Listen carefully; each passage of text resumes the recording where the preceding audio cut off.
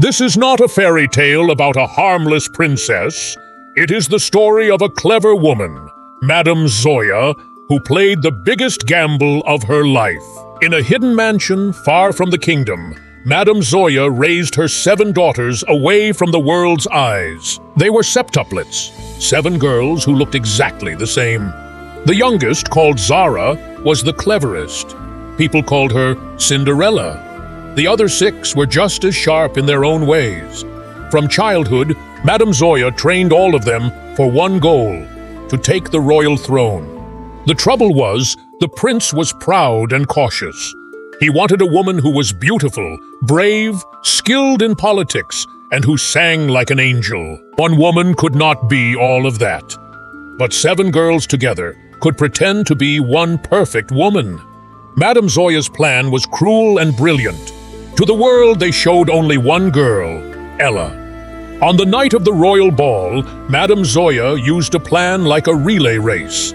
The 7 sisters came to the palace, but they did not enter together. 6 hid in secret passages and bathrooms.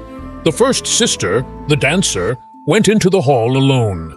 The prince fell in love with her dance.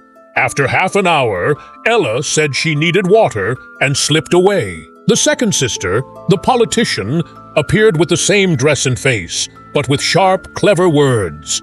The prince was stunned. Later, the musician came and sang, and everyone loved her song. Then the warrior showed sword tricks. The prince was completely fooled. He believed Ella was the perfect woman.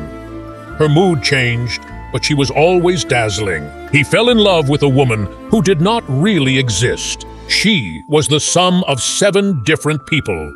At midnight, it was time for the youngest sister, Zara, Cinderella. Her job was to show innocence and to leave behind a glass slipper. Zara went to the prince. He took her hand and said, "You are different from the others. I have never seen anyone like you." For a moment, Zara felt pity. She realized he had fallen for a lie, but the plan continued. When the clock struck 12, Zara panicked and ran, dropping a glass slipper on the stairs. That slipper was not just a shoe. It held a key detail. The prince would surely try to find the girl who fit it. The next morning, the prince left the palace with the shoe. He went to Madame Zoya's mansion. The house was quiet. Madame Zoya welcomed him. "I want the girl who owns this shoe," the prince said. Madame Zoya clapped. Curtains pulled back, and 7 identical girls stood in a row. The prince froze. Each face, each height, every feature matched what he had seen in the hall. "Which one of you was she?" he demanded. Madame Zoya smiled. "Prince, these are my 7 daughters.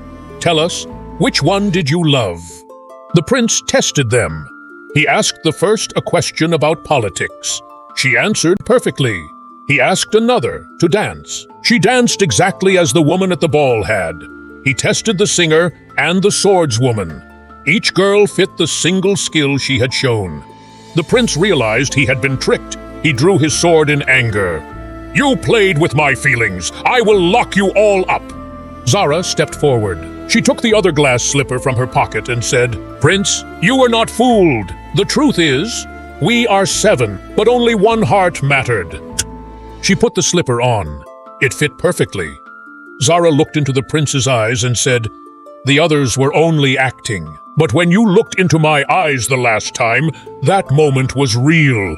That silence, that was me. Can you see it?" The prince looked and recognized the innocence he had loved. He lowered his sword and took Zara's hand.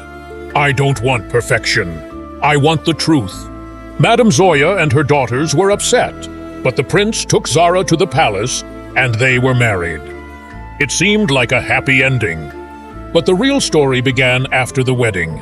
1 week later, the prince sat in his library. Zara brought him tea. He smiled. "Your sisters were clever, but I am glad I chose you. You are different."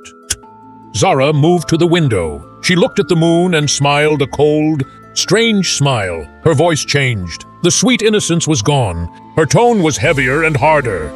"My dear husband, you are very foolish," she said. The prince froze.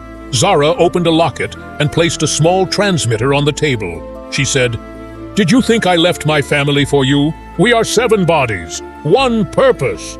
The prince stood up. What do you mean? Zara laughed softly. The ball was only a teaser. The real plan was after the wedding.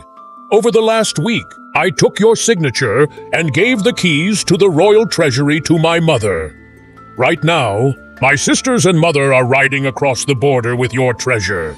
The prince ran to check the safe. It was empty. On the floor lay the glass slipper. Under it was a note. Love is blind. We used that to our advantage. When he turned, Zara was gone. He heard the sound of horses leaving. He realized the Cinderella story had been reversed. The slipper was not left, so the prince could find the girl.